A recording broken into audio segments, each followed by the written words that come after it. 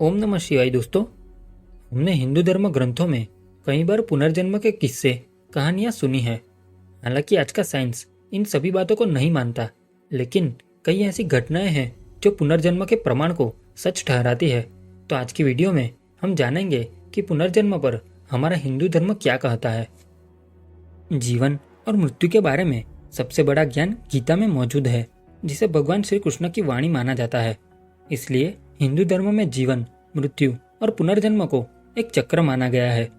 महाभारत के युद्ध में भगवान श्री कृष्ण ने अर्जुन का मोह भंग करने के लिए गीता का उपदेश देते हुए कहा कि हे अर्जुन, ऐसा कोई काल नहीं है जिसमें तुम नहीं थे या मैं नहीं था, और आगे भी ऐसा कोई समय नहीं होगा जब तुम और मैं नहीं रहेंगे। मेरे और तुम्हारे कई जन्म हो चुके हैं। मुझे अपने बीते हुए सभी जन्मों का ज्ञान है और तुम्हें नहीं, क्योंकि तुम नर हो और मैं नारायण हूँ। धार्मिक दृष्टि से पुनर्जन्म की बातों को स्थापित करने वाली कुछ कथाएं भी पुराणों और धार्मिक पुस्तकों में मिलती है। महाभारत में एक कथा का उल्लेख मिलता है कि अभिमन्यु की मृत्यु के बाद अर्जुन दुखी होकर विलाप करने लगे।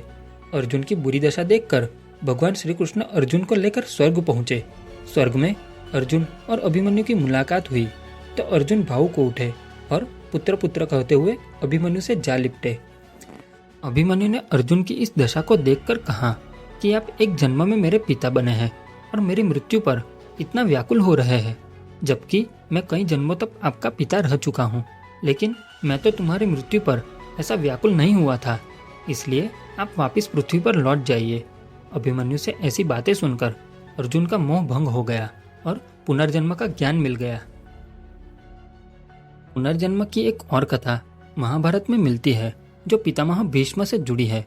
अर्जुन के बाणों से घायल होकर भूमि पर लेटे हुए भीष्म जब श्री कृष्ण से पूछते हैं कि आज जो यह बाणों की शैया पर मैं लेटा हूँ, वह किस कर्म का फल है। जहाँ तक मुझे अपने 7 जन्मों की बातें याद है, उनमें मैंने ऐसा कोई कर्म नहीं किया है जिसके लिए मुझे बाणों की शैया पर सोने का कष्ट भोगना पड़े। भीष्म के प्रश्न का उत्तर देते हुए श्री कृष्ण बताते हैं कि आपको अपने 8वें जन्म की बात याद नहीं है। उस जन्म में आपने एक सांप को नागफनी के कांटों पर फेंक दिया था। इससे सांप का पूरा शरीर कांटों से बिंध गया था।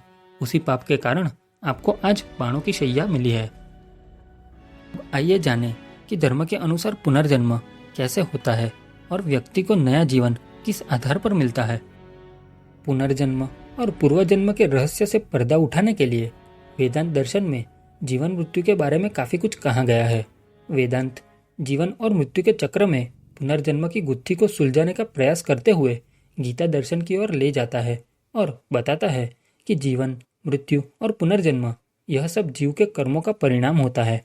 व्यक्ति का पुनर्जन्म उसके पूर्वजन्मों के संचित कर्म, इच्छा, भोग और वासना पर निर्भर करता है। जीव की जैसी इच्छा, वासना और भोग की कामना रहती है, उसी अनुसार उसे नया शरीर, परिवेश और बाकी सारी चीजें भी मिलती है। पुराणों में कई कथाएं भी मिलती है जो यह बताती है कि मृत्यु के समय व्यक्ति की जैसी चाहत और भावना होती है, उसी अनुरूप उसे नया जन्म मिलता है।